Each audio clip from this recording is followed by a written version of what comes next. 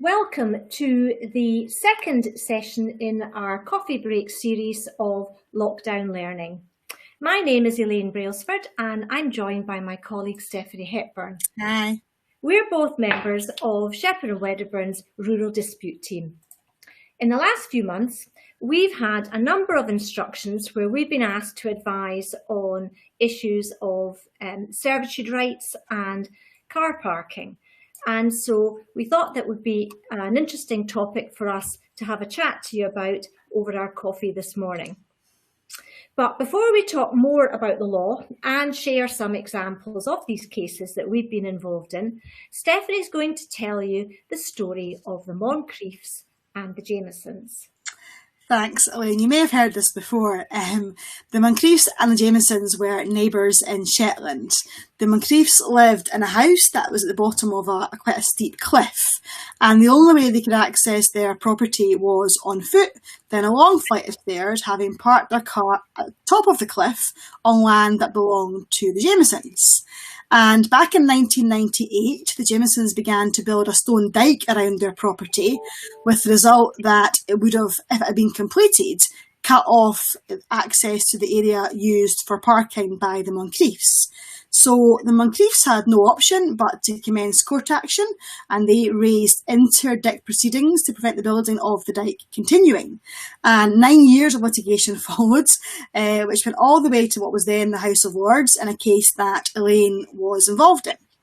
And the legal point at issue in the case was whether or not you could have a servitude right to park as ancillary to a right of access.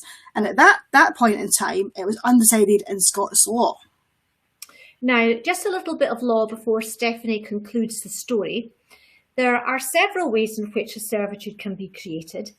Before the Title Conditions Scotland Act 2003 came into force, and that came into force in, I think, 2004, before that came into force, there was no requirement that servitudes show on the title sheet of the burdened property.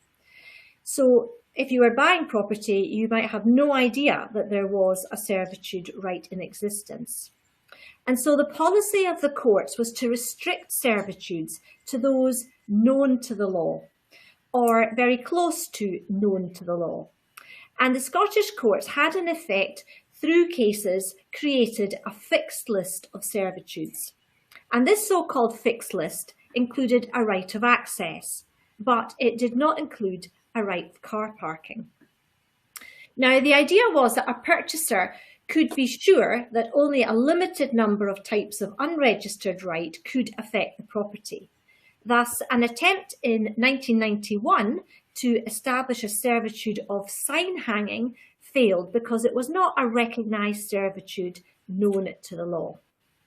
When the 2003 Act came into force, it brought a requirement that unless it was a servitude to run a pipe, servitudes expressly created in a deed had to be registered, and registered against both the burdened and the benefited properties.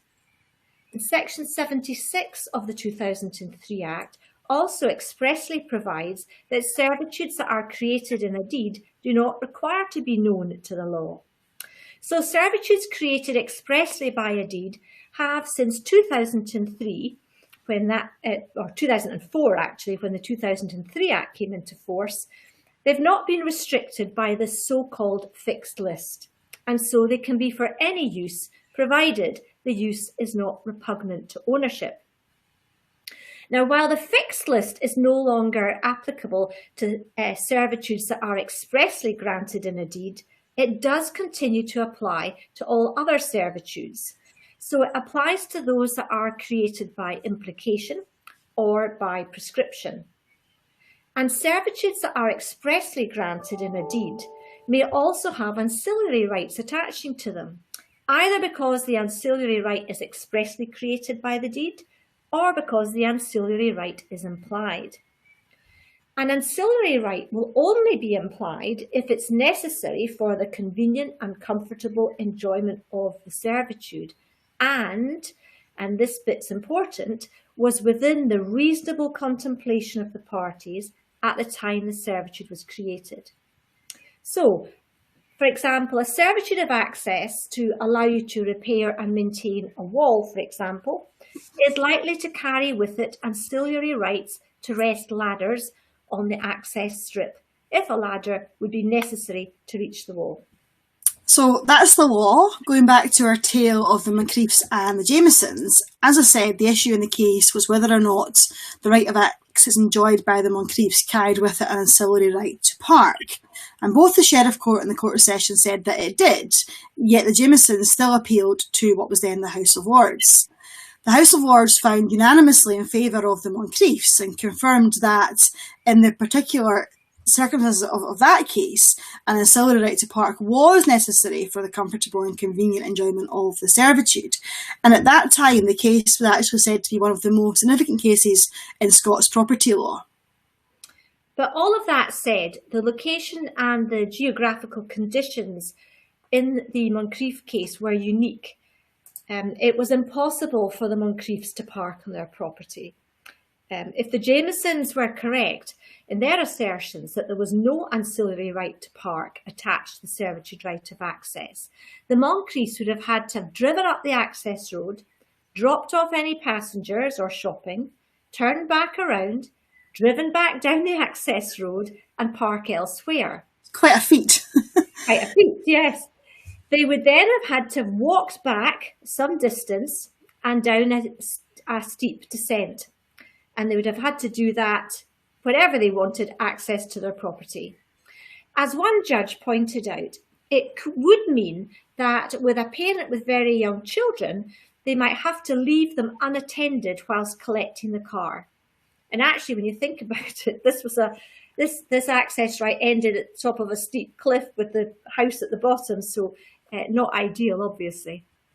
So if there was no ancillary right to park, the majority of the judges believed that the right of access would essentially have been defeated.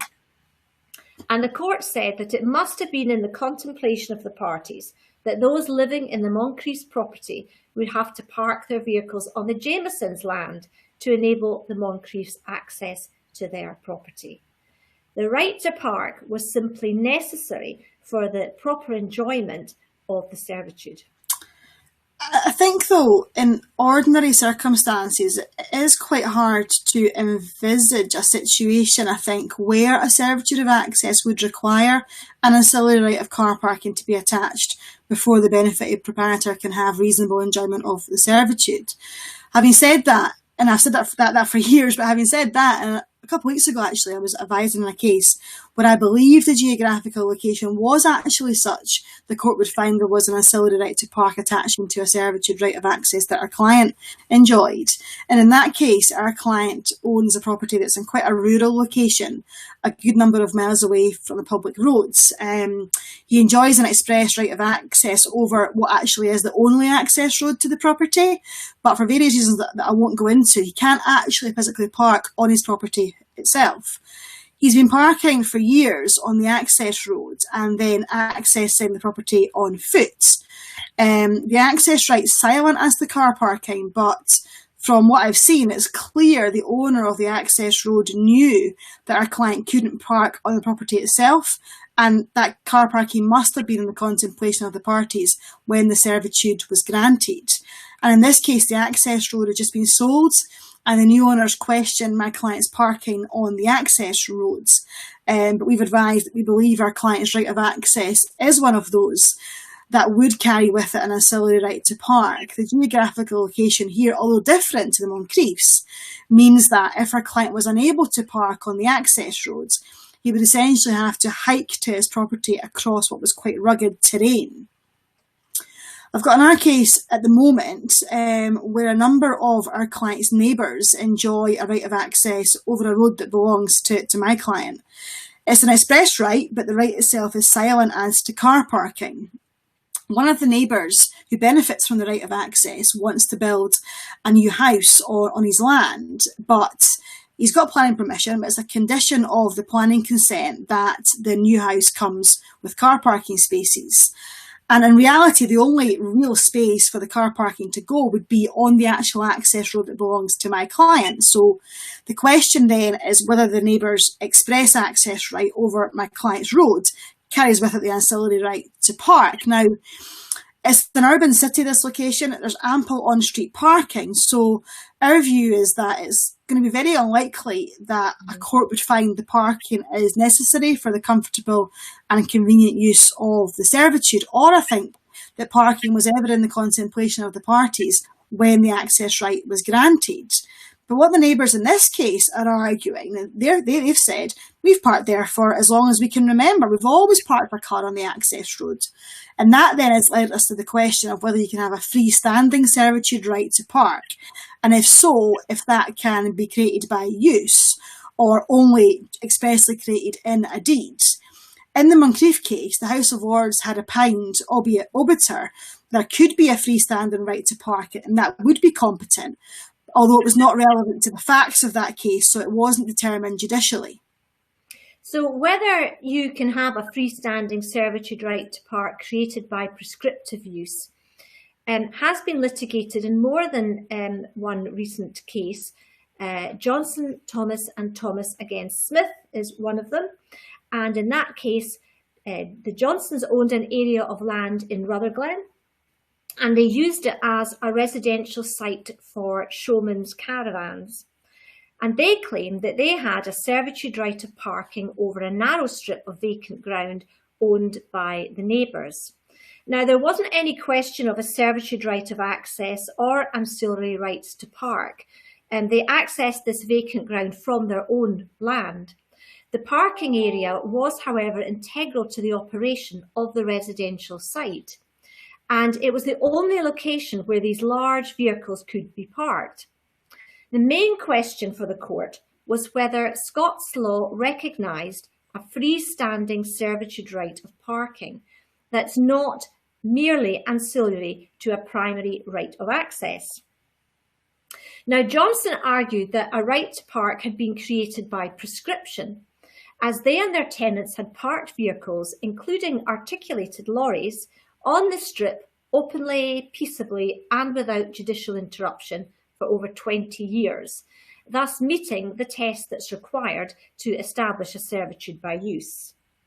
Now, I touched on earlier about prescriptive servitudes not being created in a deed and not being registered against the burdened and benefited properties. And that because of that, they had still to be known to the law, so that prospective purchasers are protected from a never-ending class of unregistered rights. The so-called list of servitudes known to the law, as we say, that I mentioned, does not include car parking. But it's important to note that the list is not regarded as closed. The courts have been willing to adopt a flexible approach to servitudes, and they have been willing to recognise a new servitude because of say economic, social or even technological change, provided it's similar to a recognised type of servitude.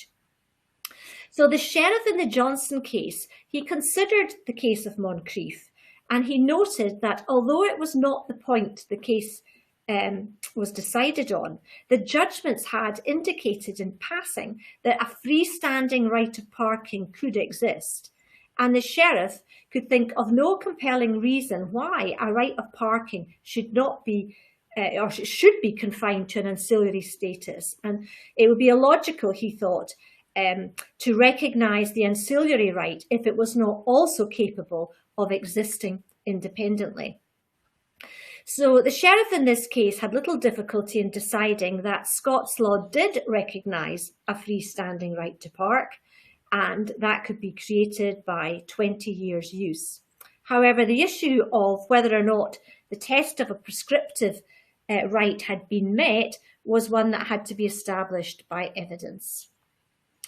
In the same way that the courts have recognised car parking as being known to law, if another activity is similar and is to be recognised as a type of servitude, it may well find favour in inclusion in that flexible list. But I have to say, I think it's accepted that it's unlikely there will be many new examples of servitudes, especially due to the fact that servitude still must not be repugnant with ownership. We have been trying to come up with an example just to demonstrate this, as we've been discussing this today. Elaine suggested a servitude of picnicking, and I've been giving some thought to that. Who knows? I think in theory it may be possible to create an express servitude of picnicking in a deed, as long as it's not repugnant with ownership, as Elaine said. But because of the requirement that servitudes must benefit a property and not just a person, this tends to exclude recreational servitudes, so you might fall at that hurdle. Even if you did get over the recreation hurdle, I don't think you'd be able to create a prescriptive servitude right to picnic, because it's not really akin to anything on the fixed list. So there wouldn't be known to law. You've still got the repugnancy hurdle as well. I think for any land that's large enough such that picnicking wouldn't be repugnant with ownership, you could probably argue you're exercising your right to roam, which would allow you to picnic without actually requiring to have a servitude. I suppose an aspect of the evolution of servitudes may be where the use is going to occur by custom, so by long usage and practice. But again, I'm struggling to think of an example. One of the academic writers in this area regularly puts forward a plea for a servitude of golfing to be recognised. I think he is a golfer, yeah. What he argues, I think surprisingly, is that may benefit a property and not just the person. But not surprisingly, that argument's not been tested judicially. I went back to the books and tried to find an example. There was a case about curling back in 1853, not a case Elaine was involved in. But even though it was established that curling had taken place since time immemorial, in that case, the court held there was no servitude right of curling because of the issue of recreation. Car parking is really the one that excited everyone for a number of years until the Moncrief and the Johnson cases that we've mentioned came out. So there was one case this year, actually, McCabe against Patterson, that just reaffirmed that Scots law does recognise a freestanding servitude right to park in that case. So we've got a few cases recently then which confirms that Scots law definitely does recognise this right to park, either as a standalone right or one, if in the geographical circumstances is appropriate, to recognise one as an ancillary right to a servitude right of access. So that's our coffee break over. I hope you found that useful. Please do not hesitate to contact either of us if you have any servitude questions. And any ideas what might be a servitude, maybe you can test us. Yes.